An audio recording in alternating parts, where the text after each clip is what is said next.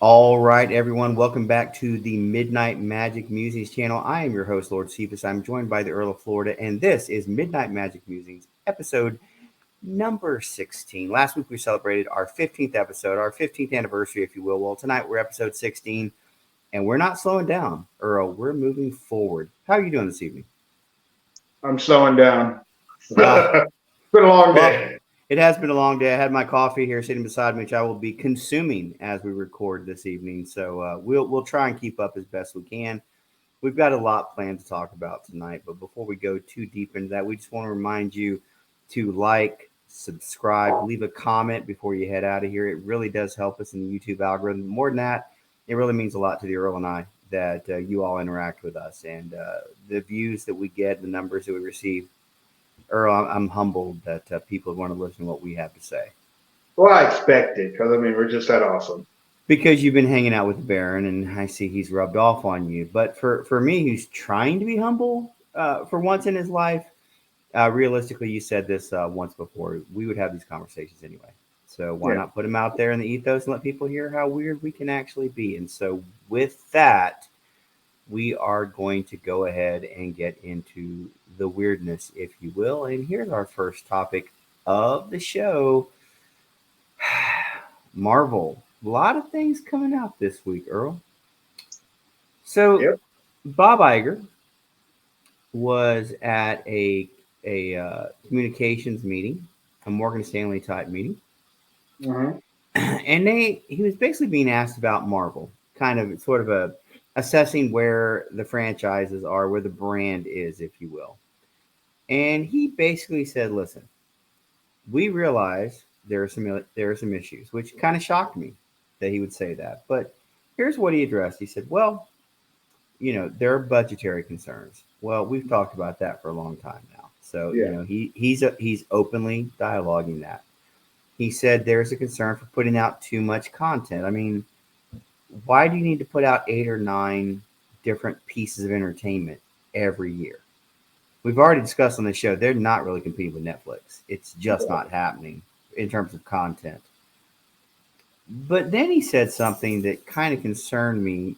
How do I say this gently? It concerned me just a little bit, if you will. I want to go ahead and get this to where I can see it most clearly because I don't want to, uh, make any kind of mistake on this. But basically, Earl, what he said is over the next few years, there are going Hmm. to be a lot of changes, which we just covered. Obviously, there are going to be some changes.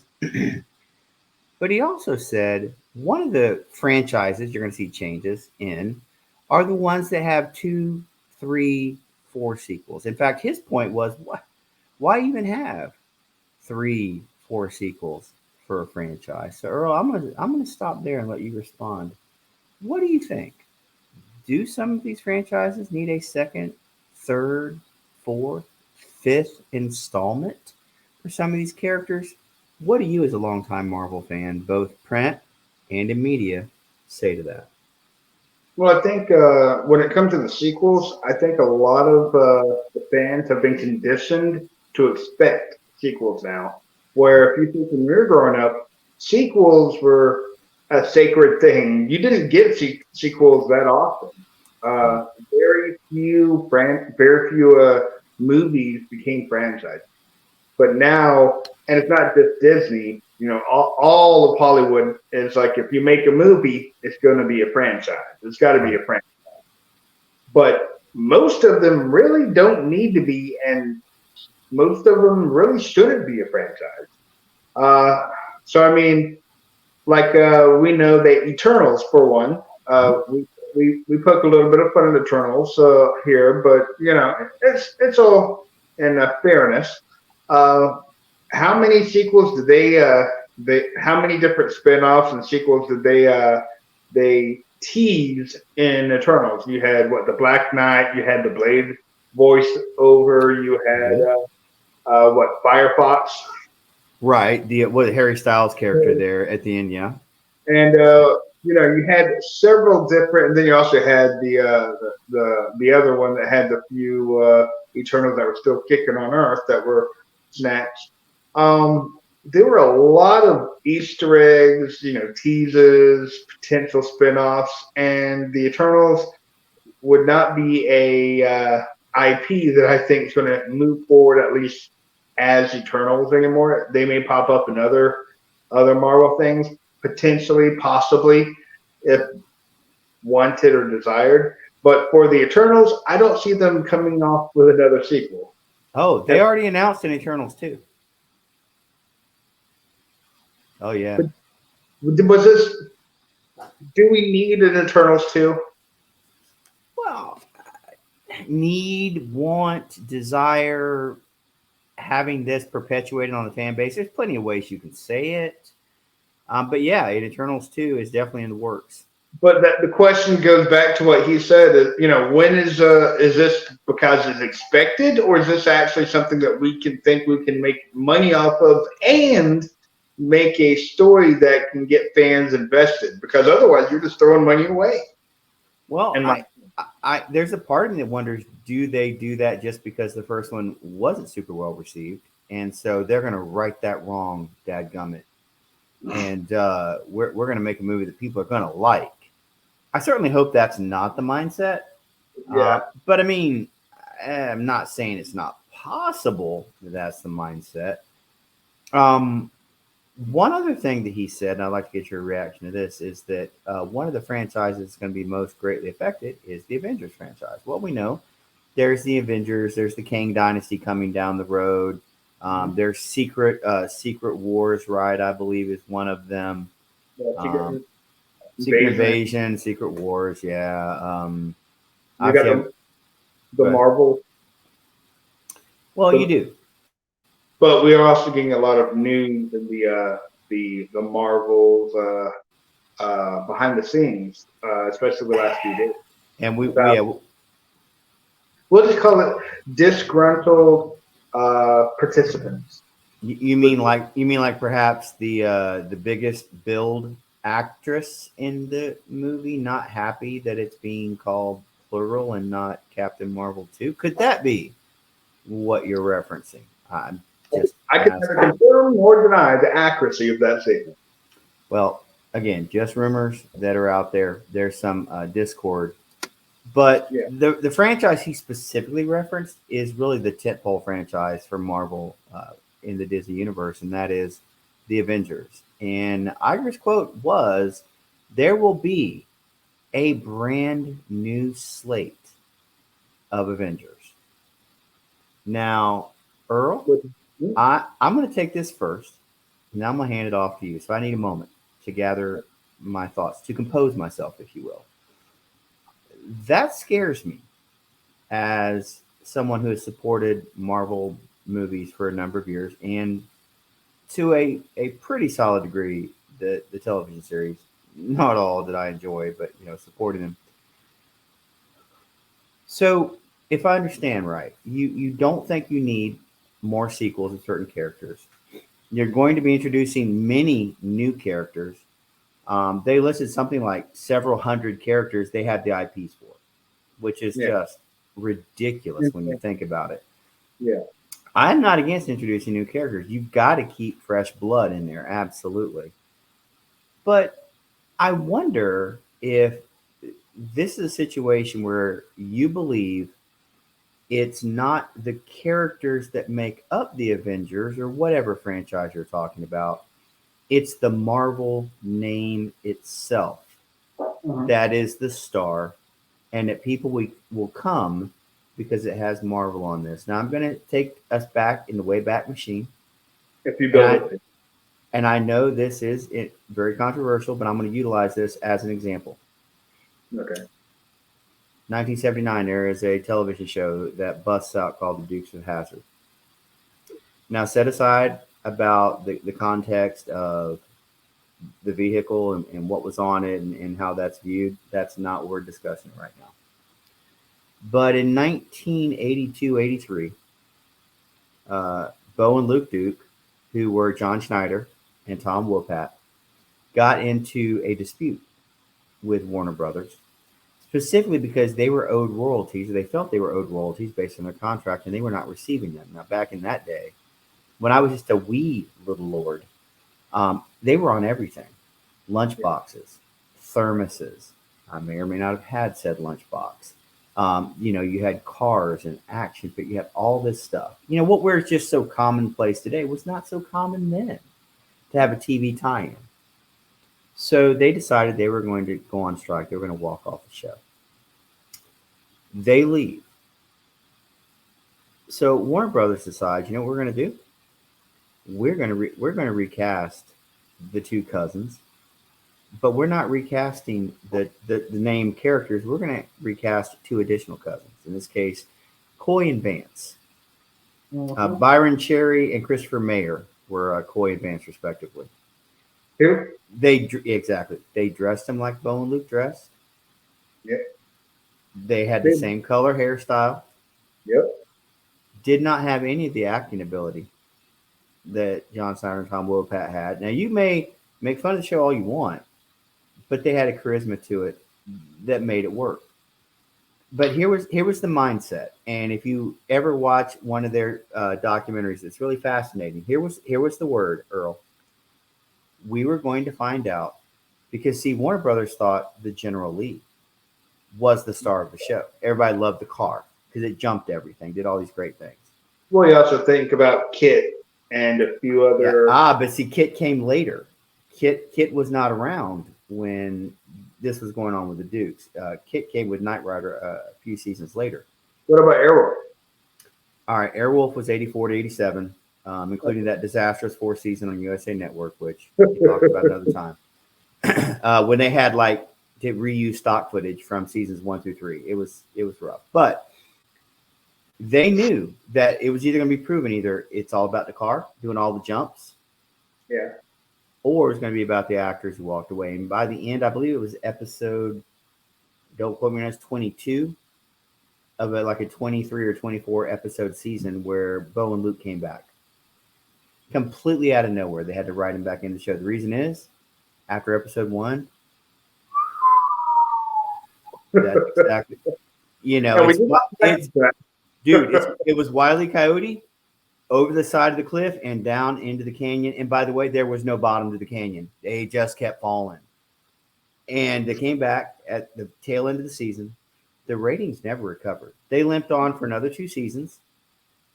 And that was pretty much the end of their run. The fan base never came back like they did up into that point. It was a top 2 show. Now, again, dating myself, there was a show called Dallas, which was the number 1 show on television in prime time. Yeah, they were number 2. So they were doing very, very well. But the fans weren't there for just the vehicle. They were there for the people who were the actors. And I wonder, and this is just my thought, if we're not looking potentially down the road, not today, not tomorrow, not when Guardians or Marvels comes out, but are we looking at a time 2 or 3 years from now where you have a brand new slate of Avengers who may or may not have any investment from the audience? Would people come out to watch a new Avengers movie just because you slapped the word Avengers on it? Earl, I've been long-winded here. Sorry about that, but bring some sanity to my rambling here, if you will.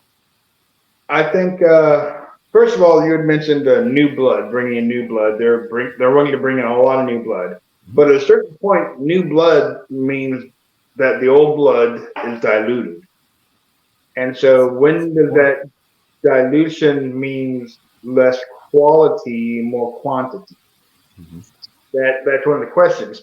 Another question is, we know that there is an expiration date on these actors and actresses portraying these characters. It's just a fact. It's real life.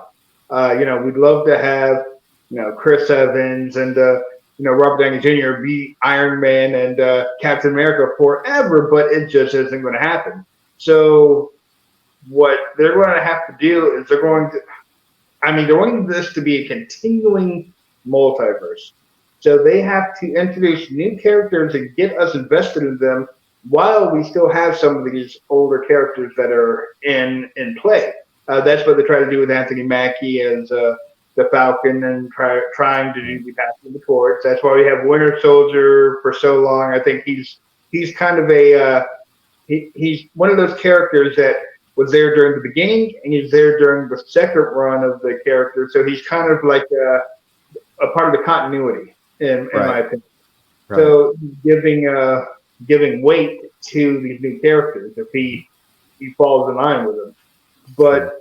the problem is Marvel's got to realize they have two problems on their hands. One, they have to figure out which of these characters are not hitting right with the fans. Can they be salvaged, or do they need to be, you know, say goodbye to? We've had a lukewarm reception for the last phase, not the one that just started with that man, but the previous phase. We had a lukewarm uh, reception, and a lot of the new characters that were introduced were lackluster. A lot of the fans weren't really hyped on She-Hulk for one. Yeah. It's a new idea. They try to do a little Deadpool breaking of the third wall sort of thing, and the little comedic thing with the. It's just it didn't hit with a lot of audiences. Are you So referencing the Hulk's bowl haircut son? let's just move past Scar. We're gonna move along. Okay. All right. So the biggest problem with Marvel is they got to figure out how to introduce characters that the fans care about, get them invested in them while they still have the older characters that are drawing them in. And let's face it, we're running out of those characters now. Yeah. We're now solidly into some of the secondary tier ones, like Doctor Strange is now one of the strong from the second introduction. So it's Spider-Man, but he is getting close to the end of his expiration with Tom Holland. You know, you've got a lot of these. Even Guardians of the Galaxy was a second Yeah. tier that was introduced, and they're getting close to their expiration. Who do we have from the third tier that we care about? Well, Um, if we're just talking about just strictly by numbers, yeah, not a whole lot coming from the Disney Plus series that have come out. I guess you could argue the female Loki would be probably the that level. What? Look, it's not going to be She-Hulk. Her ratings bombed. It's not Moon Knight, and you bring back for a season two. It didn't change the ratings. yeah. Didn't do well. Miss Marvel, whom we both loved, not a rating success. It was not a big hit. And so, is it her? Maybe it's not Werewolf by Night because they only got that one episode. What about Hawkeye? I'm sorry. Hawkeye. That's right. That's right. You have what's her name? Kate. Seinfeld. Yeah. So was that a huge hit? Actually, no. It No. really, it really wasn't. So, and Then part of the. Go ahead. sorry. Why is another question for you is why is Disney taking these the series that are having mediocre to semi good reception, but they're not great, and going, oh, let's make Echo from this. Let's make Agatha Coven of the Witches, whatever. Let's make all these different secondary characters from shows that weren't really big hits. Why are we doing that? I think there is a mindset that, again, if you just slap the name on it, people will come. But I think we've seen during phase four, which you were referencing, where things were, I don't remember your term, but let's say they were tepid at best in terms of response. Let's take it into the now. Ant-Man and the Wasp, Quantumania. That's a winning franchise. It has been for, several movies. And then all of a sudden, as talk about going over a cliff, they're falling as well. And I checked their numbers today. For those who don't know, the Earl and I have a bet about how much money they would make overall. He still owes me a pizza, and we're going to track this every week for those who are still paying attention. That took a nosedive. Now, to me, that's indicative of a bigger problem. Yeah. Let's say it was terribly reviewed. Well, you know what? A lot of the Disney Plus properties were terribly reviewed, and look how that turned out. Yeah. Now, people say things like, oh, well, it was review bombed. Maybe, but I don't really trust Rotten Tomatoes anyway. I don't go to Rotten Tomatoes and say, should I go see that? Watch this. Brain. I can make my own decision on that one. I know it's shocking. So I don't care about that as much. What I do care about, though, is word of mouth, which you can't really, there's no way to quantify that. No pun intended. But if that's the start, then Guardians to me has a hole to dig its way out of because it's a Marvel property. If that doesn't hit really, really well, then I think we start looking at it going, oh boy, because I don't see the Marvels achieving, a massive success. And then you're looking at maybe not even hitting good numbers till Deadpool 3. And that's for a totally different reason. That's a Yeah. different franchise with a whole different fan base than, Yep. let's say, Guardians, which we would take our kids to see. They're not going to see Deadpool 3. Not Nope. not not on our watch anyway. So, they want to make less Marvel so they can make better shows. I'm all about that. Yeah. I'm just not sure mining brand new people or characters, I should say, is the way to go. And the only reason I say that is what made Avengers, what was that, 2012, right? So Yep. successful. Had an Iron Man movie, Mm-hmm. had a Captain America movie, had a Thor movie. Within the Iron Man movies, within the Thor movies, you had Hawkeye, you Yep. had Black Widow. Oh, and you already had the Hulk, who had his own movie under a different banner. Now, I see what I Different. did there, different banner. Yeah, I know. I'm good like that, I mean, if you're going to get technical, you had two Iron Men. technically. But you already had the Hulk had a standalone movie in that time frame. Yeah. So by the time they threw those six together, the originals, people had become invested in those characters. Yep. Look at Now, now when you look at Guardians, nobody was invested in those characters until the first one came out. Then everybody had to come back for two. Now, hopefully, many of them will come back for three. But if you look at it, other than that, Spider Man, but that's a Sony property. But we'll give you that one. Black Panther, tragically Chadwick Boseman passes. They go on with Wakanda Forever. It still didn't achieve the finances, but I don't think it was ever going to because of the type of film it was. yeah. But again, I think that's one that an additional sequel might be iffy. You might just roll some of those characters into the Avengers stuff coming up. And you know what's definitely interesting now, though? So we're definitely seeing two different styles because you've got Iron Man, right? You got Tony Stark. How many people have played Tony Stark in, we'll call it the modern era, the last 20 years, right? Yep. How many people, and that's TV shows, movies, group movies, whatever. There's been Right. one. Right. Just like until, recently, how many Captain Americas? Up Now let's until Falcon and the Winter Soldier. go that. Yeah. Now let's shift gears. Over the last 20 years, how many Supermen have we had? Ooh. One. Well, it depends. Are we counting movies or TV shows? Well, we just said the movies All and right. TV shows because All right. So Man of Steel is one. yep, We had Tyler Hoechlin yep, in the Arrowverse. That is yep, not the Arrowverse anymore. Um, you had Brandon Routh actually reprise it in Christ on Infinite Earth. yep, Yeah. Let's see. Of course, you had Tom Welling show back up in that. yeah. Well, you asked. I'm just going down the list as I can think of them. But at least four different Now, actors have portrayed a version of Superman. what about Batman? Batman never portrayed a version of Superman. No, but how many? Ah, yeah, I know you're gonna hurt me. All right, you got Affleck. Yep, You got Michael Keaton coming up. yep. Um, you have the Gotham series that had young Bruce. I can't think of the actor's name. Different ones playing them in the animateds. At least 4 to 5 different Robert, variations. and we had who was it? That's right. England was, and in Titans you had Mm-hmm. the guy off of Alphas. I can't remember his name right now. Who played Bruce Wayne in the Batwoman series? He was a clone of or the copycat or whatever from Bat. But I mean, there have been several, several, Right. several. Now, what's the difference with Marvel? We're going to move to these lesser characters, but DC they're going through reboot time. It's time to restart, refresh. We're going to stick to the characters that we know people want to see, but we're going to hit that reset button. We're about to find out which one of these work. And the interesting thing, Earl, and then we'll get ready to move on. I know we have other topics tonight. Is it's not going to take long No. to answer these questions. Literally within the next 2 months, Guardians will come out. We'll see how that actually lands.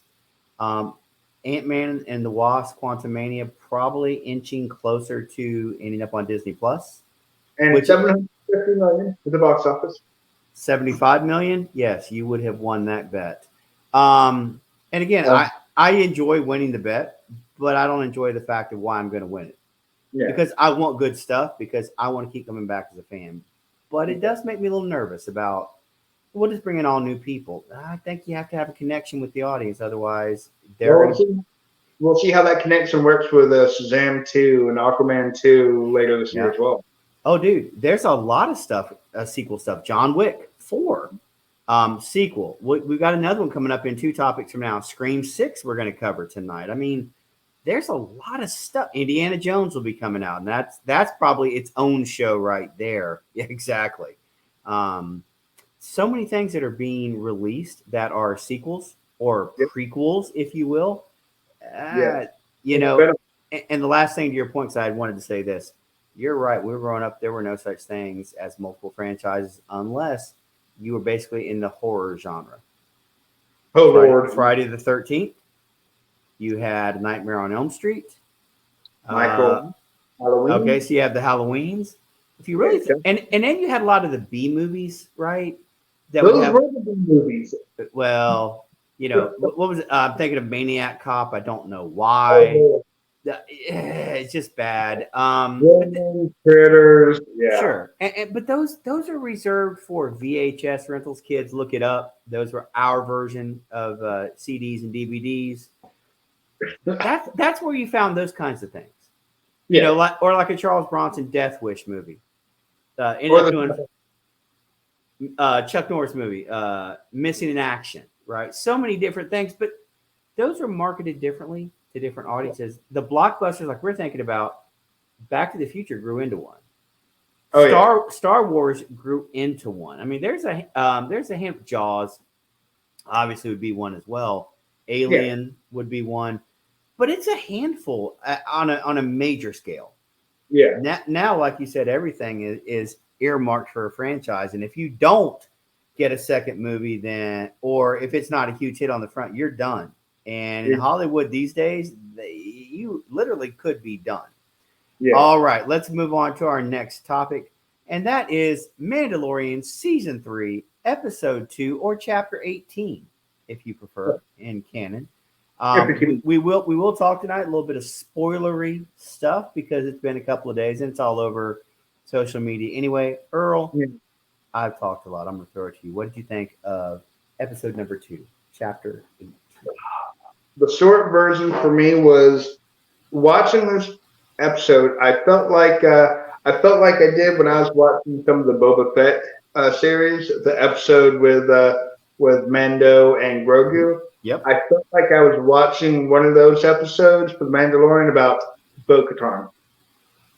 It felt like a 0.5. It was kind of like oh, you know what? Let's get a little bit going because there were a lot of things in that episode that were earmarked directed at her. I mean, what I would say 70% of that episode was for her, in my opinion. Well, if you look at it, the first 15 minutes were Mando, and then it's her and Grogu, basically for the next 20. Yeah. And then you have the end happen, and that's literally the end. All right, we're done. We're done baptizing, which is what I thought they were doing there for redemption purposes. They were stacking it. You remember what you saw at what she saw at the end when she was getting out of the water? Yes. You know what that was supposed to be, right? It was an underwater. Are we spoiling this or no? I don't want to. That's up to you. If you want to be spoiler Earl, by all means, we can change your name. Okay. Well. I think that has a lot of bearing on my point for the Bo-Katan 0.5 is that before we got there, she was talking about, the water, the old myths about the first Mandalore came down here and, defeated a creature and took it as a mount. That's what she saw. So we're going to have a little bit of a mixture, and Star Wars has always had religious overtones.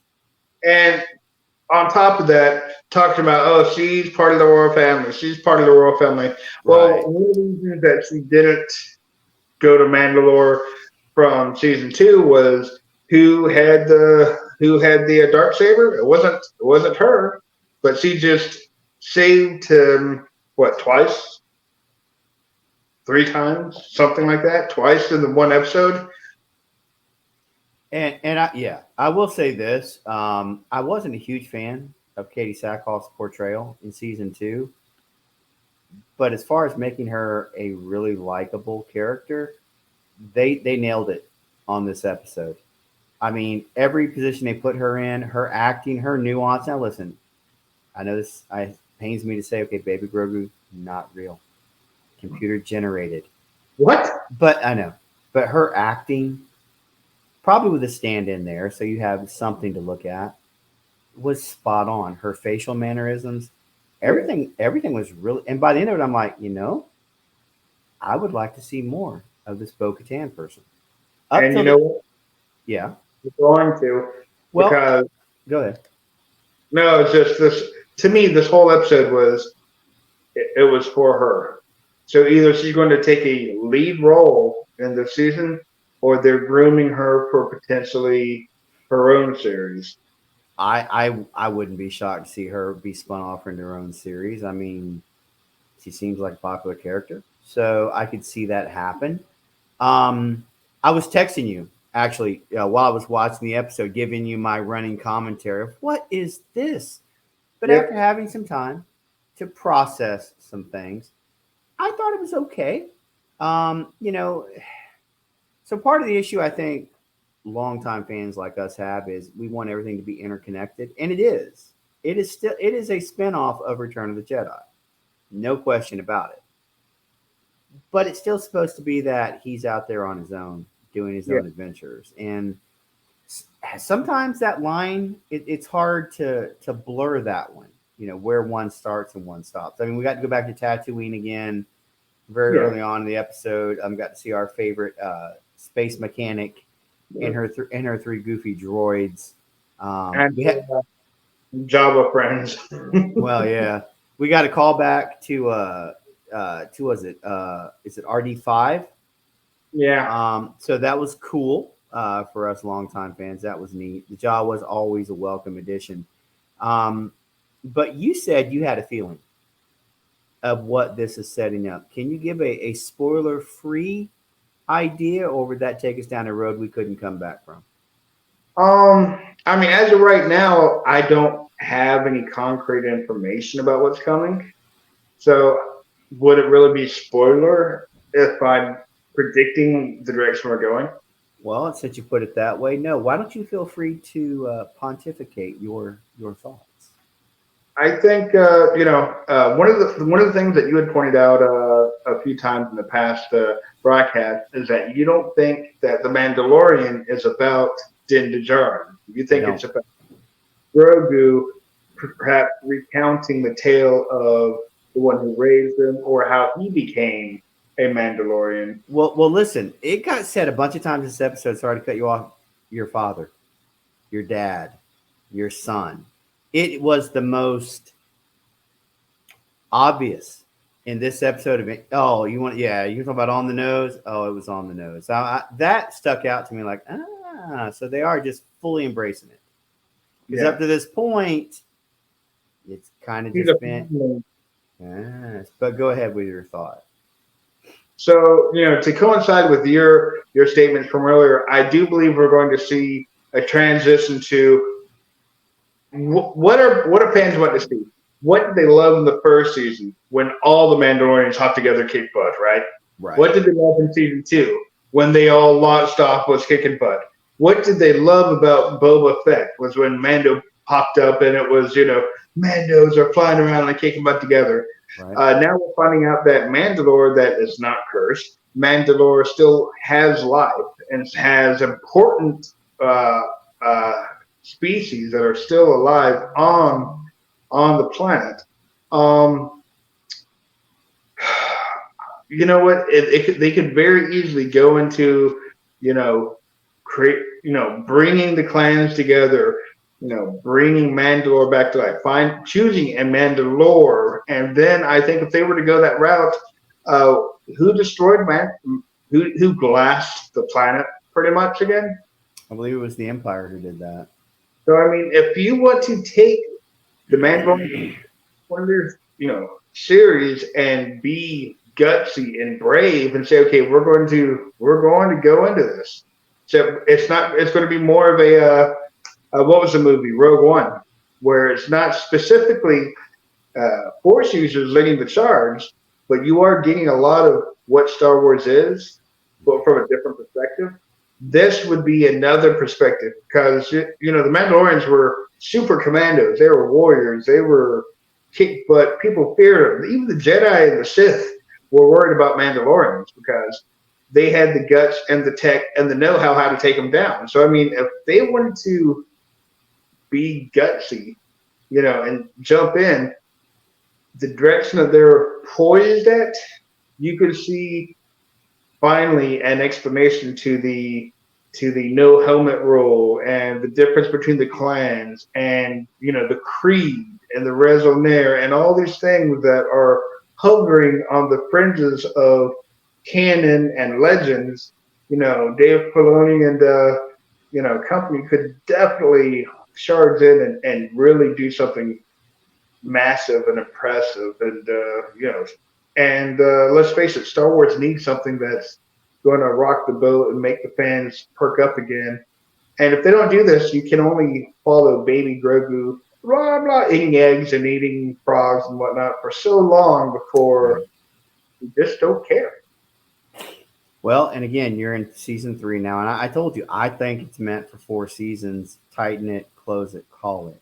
But if Ahsoka doesn't take off super super big, and by that I mean if it doesn't at least track on Nielsen ratings for streaming shows, then it's not.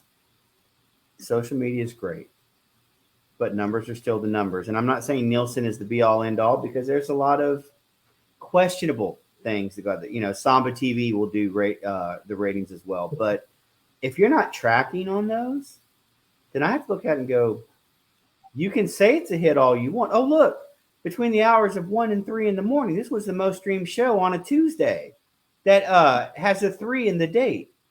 Yeah. Outstanding. You can come up with any statistic that you want. But I think if you can't quantify it, I think you're going to see Mandalorian season 4, Yep. season 5, season 6. But I'll just say this: the cuteness of Grogu will wear off. Well, and At a certain point. And merchandise wise, we already know from seeing some of the industry reports, some of the things that I do in my other life and a day job. We're quite aware that these it's not selling like it was. They oversaturated the market. Pedro Pascal has also said in a few different interviews that he may not be around for season 4 of Mandalorian. I don't know if you've heard that yet. Is He's it because? Go ahead. And he's already stated that he's not necessarily on set as much as people think he is, and we know why because of his doubles and his voice. But I mean, if he's not going to be involved at all, potentially in a season 4, then that leaves more weight to your instincts about the Mandalorian not being about Din Djarin. I got one for you. What if you just had him be a voice actor only? Could you get through 8 episodes without him ever taking his helmet off? If indeed that is the way. Well, how many times has he taken his helmet off this year? Well, he did take a sip of some soup that apparently he missed. He stuck it up underneath. Yep. I was watching. He slurped it up underneath the mask. Yep. I think there's a way you could do it, but I will say this from the snarky part of me: he's a terrible protector. This is 2 shows now. He has failed in his assignment. And that, boys and girls, is my mic drop about Mandalorian season 3, episode 2. All right, let's go. Yes, watch our show or Grogu gets it. All right. Too bad. The Baron is not here for that. All right, let's go into topic number 3, and this is really something. I was tracking some of the actuals today. Coming into the weekend, Scream 6, yes, the sixth movie in this franchise, is tracking to be the number one movie all weekend long. Now, it is being projected, Earl, to gross somewhere in the $42 million range. Now, based on what Ant Man did its first week, based on certainly what some other franchises have done, you say, or even Creed, which we'll cover in our overtime here in a minute, doesn't seem like a lot of money. But for this franchise, it obliterates the old record, which I Yeah, believe was Scream 3, and that goes back to like 2000, 2001. something like. Um, yeah, it's been many, many years. So for a franchise that's been around this long, to have this kind of opening again, judge it as its own standalone franchise, not versus any others. Yeah. This is really shocking that this franchise still has those kind of legs where it can be the number one movie. And we all know horror movies tend to have legs if they don't get cut off. Horror movies tend to have legs because it's a built-in niche or niche genre. So, Earl, are you surprised that Scream 6 is tracking so well for a movie that's or a franchise that's well over, well, shoot, 25 years old? Somewhere A in that little range? bit. I'd have to say a little bit because it is. It's not a sophomore horror franchise anymore. It's been around long enough to be. It's an oldie but goodie. Right. Um, I have to say that trailer that they have for Scream Six has. It was completely different from the previous versions that followed the same kind of format. You had one killer or Right. two killers, and it was directly involved in, oh, your mother and my dad, or your sister and my cousin, and my brother and my uncle, or your sister's brother's cousin's former roommate. This one it does. Yes, I know. Thought we had launched into an episode of Moonshine Runners here on Discovery. But I mean, the trailer looked completely different from the previous five installments. So I think that was part of it.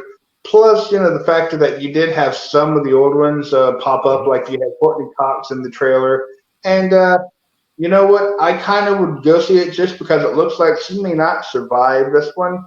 And anything that kills Courtney Cox in her career is going to make me chuckle. You also have Samara Weaving, you have Hayden Pantier, and you also have the it girl right now being Gina Ortega. And so you do have some younger talent that do have a fan base. Combine that with the fact that it's the franchise Scream, and then throw in that we do know that Courtney Cox is in it, so one of the OGs are in it. Right. A lot of little things that's going for it, and you know what? Right now, horror is in. Horror is pretty popular right now. So you know what? It's poised to be a giant killer. Just Yeah, that. and well, I I'm stunned that a franchise, it's not Star Wars that has nostalgia of years and years built up, but like you said, horror is kind of in vogue right now. We've seen Megan do very well. We saw the Black Phone do well within the last year. We've seen a lot of different ones make you go, or what was it? Smile. Yep. Good Lord. These are things that should not work, And I but watched them. They don't work. Most of them don't work. well, this is not the Blair Witch Project. Kind of doesn't work, but I digress. For those of you old like us, Well, I've um, been with fans before, and they're like they're like sponges. They're going to watch it, even if they aren't fans of that particular specific film. They're mhm. still going to watch it. Like Megan, there were a lot of people that like it's a Chucky knockoff. Everybody says it's horrible, but they're the first person to go see it the second weekend, the third weekend, the fifth weekend. They pulled it up on Peacock to watch, and I'm like, but you were just making fun of it. You're a fan of the genre, and you're like, oh, that's a horrible movie. Oh, it's on. Let's watch it. You So know, here's the thing I've learned. I will not hate watch stuff. I'm too old in my life to do that, and I'm not going to watch it just to make fun of it because it hurts my chest, gives me anxiety when I do that to myself. horror, these horror genre fans that are mocking these films like smile. They're like, that's ridiculous. They're going to see them not to make fun of them. They're going to see them hoping it's a good movie. So you know what? These horror genre fans, I have to take my hat off to them because I know a lot of science fiction fans, they'll go see a movie because it looks Yep. bad and they're going to make fun of it. But these horror fans are like, this looks ridiculous, but gosh darn it, I'm going to see it, and I hope it's great. I hope I get scared, and you know what? They're very optimistic, and so for the genre, you know what? That's why horror is doing so well right now because it Good. looks like it's bad, but they want it to be good, and they're willing to go see it. How nice would it be if other genres had the same attitude? We're hope, man. We're going hoping it's going to be good. Not, God, this is probably going to suck. Well, then just stay home. Don't spend your money. And by the way, you were talking about Megan, the Black Phone, Smile, the Yeah, ones maybe didn't work so much for you. If you but want, if you want to go hate watch it, by all means, free country, go do what you want. But guess what? The producers, the studios, Peacock, mhm. all smiling all the way to the bank, saying, "You know what? We don't care that you didn't like it and watched it just out of spite. Yeah, we appreciate that." Velma, which was routinely criticized for Have a choice. many reasons. But A lot of people hate watch that, and guess what? Season they didn't ask you, did you like it? They looked at the numbers and said, season two it is. So just well, remember, kids, that's the way Hollywood works. you know what else though is Smile. What did they do that was different? They had people at games, at sports arenas, doing the whole creepy thing. You know, how much did that cost? A ticket and to make sure people, hey, check out these 15 people over here, all with creepy smiles. That's just creepy. That's free advertisement. Look at Megan. They were like, we know what we are, and we're going to embrace it. Mhm. They Well, did. look at Scream. They've got people dressed up in the costumes walking around New York City. Yep. It's New I York don't City. It's New York City. People be like, oh yeah, that makes perfect sense to me. But you it's know just, what? That everybody wants to find the next marketing campaign. That's guerrilla marketing 101. Get out where the people are, get Mhm. people talking, get that association with it. That way, when they see the name or see the trailer or whatever, like, let's go check that out. I turned around and there was somebody dressed like that. Scared me to death. I need to go see that. Yeah. It works. And you know what? That's not costing a ton of money. This is not a Marvel budgeted movie of we're going to spend 75, 80, 100, $120 million in advertising. They can't afford it because they'll never make their money plus. Really good on them, really smart. So I want to take our hats off to those involved with that production. All right, Earl, I'm going to hand it off to you for these last couple of topics here. We were sharing a little bit before we started recording that there are some big shows coming out with some big stars. You want to talk a little bit about that? I know that was one of the topics you wanted to discuss. Yeah, we have a few TV series that have been announced that are going to be coming out. Amazon is leading the charge because they have a Blade Runner 2099 that's been greenlit by Amazon with Ridley Scott as the executive producing in charge of it again. And, I know a lot of people love the first one, Blade Runner. It became a cult classic that You did? created Blade Runner 2049. Um, I guess it did well. I watched them and I'm like, yeah, it's okay. Right. The first one was okay. It was definitely different considering just watching it from decades later. But you know what? If there's a fan base for it and they think they can make money off it, they're going to. So Sure. good for Ridley coming back and Amazon getting behind it. So you know what? It could be good. We also have our favorite, one of our favorites, I guess I should say, Mr. Spock, being Zachary Quinto, is going to be coming in to headline another medical drama on NBC Right. called Wolf. So, good for him. It's medical drama. So all those people that love their doctors and their hospitals, you know what? Keep an eye out for that one. We know that Scarlett Johansson is going to be headlining her own series, also on Amazon. It's pinned by Christy Hall, so that'll be an interesting new foray for her, considering that she'll be going away from from her portrayal of Scarlet Witch for what 11 years, maybe close Well, to it. she showed up what, Iron Man 2? Yeah. So Yeah. 2010. Yeah, it's been a while.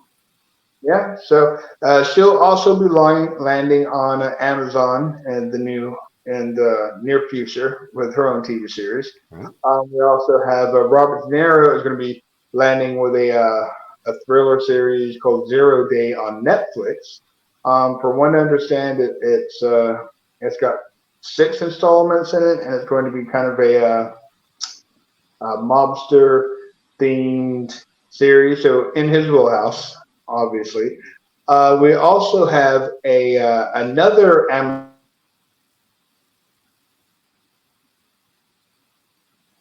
Well, we lost the Earl there. We lost going his. to be interesting. All right, hey Earl, I don't have a you lot dropped of. off for just a minute there. Oh, sorry about that. So yeah, Daisy Ridley on Amazon, The Better Liar. So she's also going to have that little series going on. But then the one that I found the most interesting will be Ving Rhames, a series called Legacy on BET Plus, and he'll be like the Godfather of the South. All right. Be Well, we have excited. lost the Earl of Florida again. Nope, he's back. You said Godfather of the South, and that's the last word. You dropped off, and then you came back. Yeah, I'm a big fan of Ving Rhames. So, he's going to be portraying the Godfather of the South in a series called Legacy on Mhm. BET. So you know what? It seems like fun. I'm a fan of his, so we'll definitely have to see how it goes. And I think that's some of the quick hits for series that are be coming out that we haven't really heard a lot about. Um, some of By them, the way, I want to put in a plug for what you said about BET Plus. If you're a fan of Tyler Perry, there's some really interesting dramas on BET Plus. It's not your Medea movie, kids. It's very drama filled. He's got 3 or 4 shows on there that are very, very interesting. So if you get a chance, I think you ought to check them out. You might find some really cool things there. so yeah, and you've got a few others that are popping up. You got the new Perry Stone season 2 is going to be on HBO, and Netflix has Shadow and Bone, which fits for a lot of people's fantasy. Kids is on Netflix. Season Mhm. 2's dropped this month, I believe. Right. So there's a lot of different things. You also have Yellow Jackets dropping as well. So I mean, it's a lot of things coming out that it's going to make you go, do I want to watch HBO? Do I want to watch Netflix? The streaming wars continues. They do. And you, by the way, you said Perry Stone. I believe he's an evangelist. Nation, my Perry bad. Mason. Yeah, I was like, I did not realize the right reverend had signed an exclusive deal, but there you are. All right. So cool. Thank you for that info. We've got one more main topic, and then we'll go into our triple M overtime in just a few moments. But that is sci-fi publishing. You had some information. I believe he is the author of Aragon. Is that correct? That has a new is publishing something new. Christopher Peloni. For those of you who don't know, Aragon, it was a movie, but it was a book before it became a movie. Was written by a 15-year-old boy from, I believe, Montana. And at the time, uh, the Earl was wanting to write. And he's like, you know what? If this kid could write a book, why can't I? Right. So he was actually an inspiration of mine when I was younger. I never got around to doing it at that early of an age, but he did. So he wrote Aragon, and then there's Eldest, I think, Mhm. and Gryffindor, and then Harris. There's like 4 books in the series, and it grew. It had quite a following behind it. They had video games. He kind of went the Tolkien route, so he kind of created his own language Right. and did a lot of artwork himself, or his sister did. And so it was a nice little cohesive. The last book ended up being a Harry Potter size book at the end, and it was just so full that it was massive. It was so full though that you were like, I want more. There, you didn't get as much closure as you could have had, and so in the years since, he moved on to other things. and he dabbled a little with short stories, but it's been released that he is returning back to the world of Allegasia, I believe is how you pronounce it.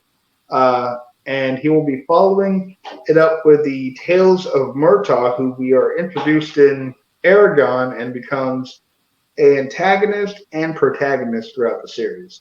And he ends up being the half brother of the main character. Spoiler, sorry. And so you end up loving this character and hating him at the same time, but you understand why he's partially a bad guy, and you root for him when he chooses to do the good, right thing. But you understand, and now his particular character, you understand why he can't because they force him to take oaths in like the magic language. You can't break them. So they tortured him until he had to take the oaths, and so now he can't break the oath. So he has to. He's kind of like the slave. He tries to find ways to get around the wording that he used, but he's constantly being forced into a mold to be a villain, even though he doesn't want to be. So this book follows after the end of it when the war is won, everything's finished, he's released from his oaths, but the country still looks at him as a villain because of what he was forced to do. Sure. So this is it's a sequel and prequel because he has more things coming down the road after the events of the book called Murtaugh. So it's I'm excited for it because I'm a big fan of Christopher Columbus and of Aragon. And on a different note, Disney Plus is also working on Aragon, the series, as well as Percy Jackson, the series. Mm-hmm. We'll be looking forward to watching them both. But so yeah, if you're a fan of Christopher Columbus, keep an eye out. This is coming. Definitely buy it. I will. Yeah, very interesting that Disney Plus has moved forward. I think it's a great idea, honestly. But it does make me wonder. You have Aragon coming. You talk about Percy Jackson. One of the other things that's really big on Disney Plus right now is the Bluey series. Now, Earl has little ones, so he'll appreciate what Bluey is. Random fact, not a Disney property. It is licensed to be on Disney. It is not a Disney-owned property, and yet that is one of their top 2 rated series. Is one they don't even own. So, finally, a licensing deal that works out for them, not one that hurts them. All right, Earl, we are coming to the end of this week's episode, but we do want to do our overtime session here, if we could, for just a moment. A couple of things that you brought up I wanted to go back and touch on really, really briefly. You mentioned Blade Runner 2049, didn't you, when you say that was the sequel to the original Blade Runner? The budget was estimated to be somewhere between 150 and 185 million. Total box office was 267. So not the hit maybe that they were looking for. The funny thing with that is it was not received well when it initially came out, but just like the previous Blade Runner, it became a cult classic. You have Ryan Gosling, Dave Bautista. You have a lot of meaty actors and actresses in the roles, and even though it didn't hit on all cylinders when it first came out, because I didn't watch it till it was all streaming, and I watched it and I was like, huh. Then I went back and watched the original. Well, the other thing I wanted to mention was we talked about Scream 6 quite a bit. So this is really Paramount's weekend to just go crazy. All right, so we said they're looking to get 42 million. By the way, the previous record was Scream 3, as I said, 34.7 million was their previous biggest opening. So this is looking to beyond that. Tonight, Paramount dropped Dungeons and Dragons at South by Southwest. That was the big world premiere tonight. So I'm sure we'll get some information on that as we go forward. And let's not forget, you have the Oscars this weekend, one of which is Top Gun Maverick, which is up for Best Picture. So could be a very, very good weekend for Paramount. You know, that studio that doesn't really have anything going. Oh, that's right. They have the Taylor Sheridan universe. Yeah, the little Yellowstone action, 1883, 1923, soon to be 1943, and probably 1963. And the Triple Sixes and the Bass Reeves series. Oh, so many things from the mind. Taylor Sheridan. All right. Well, we still haven't heard 100% yet if Costner's and Tom Hanks in. But we do know Costner does have a few Western movies He he's does. working on this year. So we Yep. don't know if it's going to affect things one way or the other. But you know what? We know it, so now you do. Well, here's the thing. His publicist, several months ago, when was it Tulsa King came out, starring Sylvester Stallone, wrote a scathing series of tweets telling him to stay in his lane. He had no idea what he was doing. I'm like, okay, that's Kevin Costner's publicist. I doubt they're out there freestyling on their own. I'm not saying nothing, but I'm also saying a little something. So I've just thrown that out there. All right, guns up in honor of the Texas Tech Red Raiders. Okay, last couple of things on the box office this weekend. Last weekend, Earl Creed 3 was a huge surprise because it was tracking Right. very, very low. In fact, they'd even come out and said that they were announcing the release of the physical media. They'd basically cut down some of the theatric window, and all of a sudden, walk up business is massive and it's a hit. So Mhm. good on Creed 3. In fact, coming out of that today, they were talking about they're making more Creed universe based films because, again, everything's got to be a universe. But Yep. good on them. It's expected to do well again this weekend, probably cross the 100 million threshold in about 10 days. Creed 2 passed 100 million. It took 24 days. So well on their way to a success there. So good on them for that. Well, there's Um, a question there, I think. mhm. If you have a movie coming out and you think it's so-so, it's in the middle, is it better for you to go, we're going to be there until it's no longer there? So it could be 12 weeks, 14 weeks, or you're going to say, you've got 6 weeks to watch it, or else it's gone. Well, when it originally happened, I thought, oh, they don't have a lot of confidence in this thing. You know what? To be honest, maybe they didn't. But Yeah. it's certainly done well enough. They're like, oh, we've got something. Let's keep it going. So, I love me some Michael B. Jordan. So good on them. 65 debuted this weekend. Right now, it's about third at the box office today. That was the update around a little after noon today. Right. Um, Going about 23, 24. It's yeah. not, Look, this is like Star Wars with dinosaurs kind of stuff. I hope this is a massive hit. I really, really do. Right now in fourth place is Ant Man and the Wasp. Pulled in about $7 million, which is that's at least what they're expected to pull this weekend, which would be a 45% drop. Yeah, it's rough. And well, then it we're looks like, making it in China. well, they're not. It's not helping. And finally, Cocaine Bear is probably going to hold down the fifth spot this weekend. Um, the Jesus Revolution, which we profiled last weekend, was in the top five again last weekend.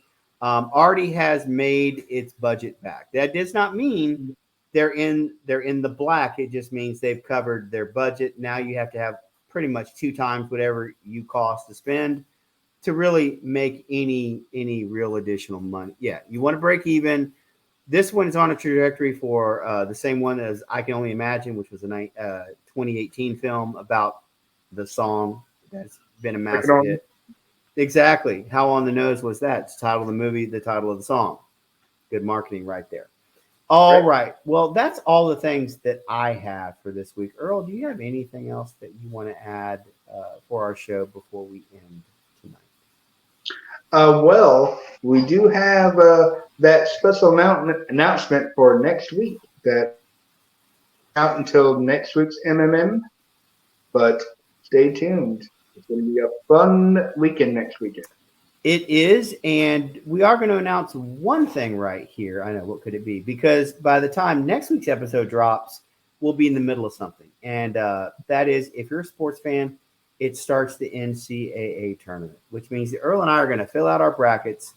We're going to see who is the best of this because we're cousins, we love each other like brothers, but we're competitive as all get out. We're going to see who can pick the basketball games. I'm sure the Earl's living off of one time, 1 year when he got lucky. But we'll We'll keep never y'all. You will never allow us to forget it. That is true. So we will keep you up to date on that as we go through as well. But that's all we have for you tonight. Thank you for listening. Thank you for watching. Thank you for being a part. Remember, we ask you to like, subscribe, share this sucker out on the social medias. We really appreciate everything that you do. And we look forward to hearing from everyone. That's right. So for the Earl of Florida, I am simply your host, Lord Cephas. Thank you for joining us tonight. So long, everybody. We'll see you next week.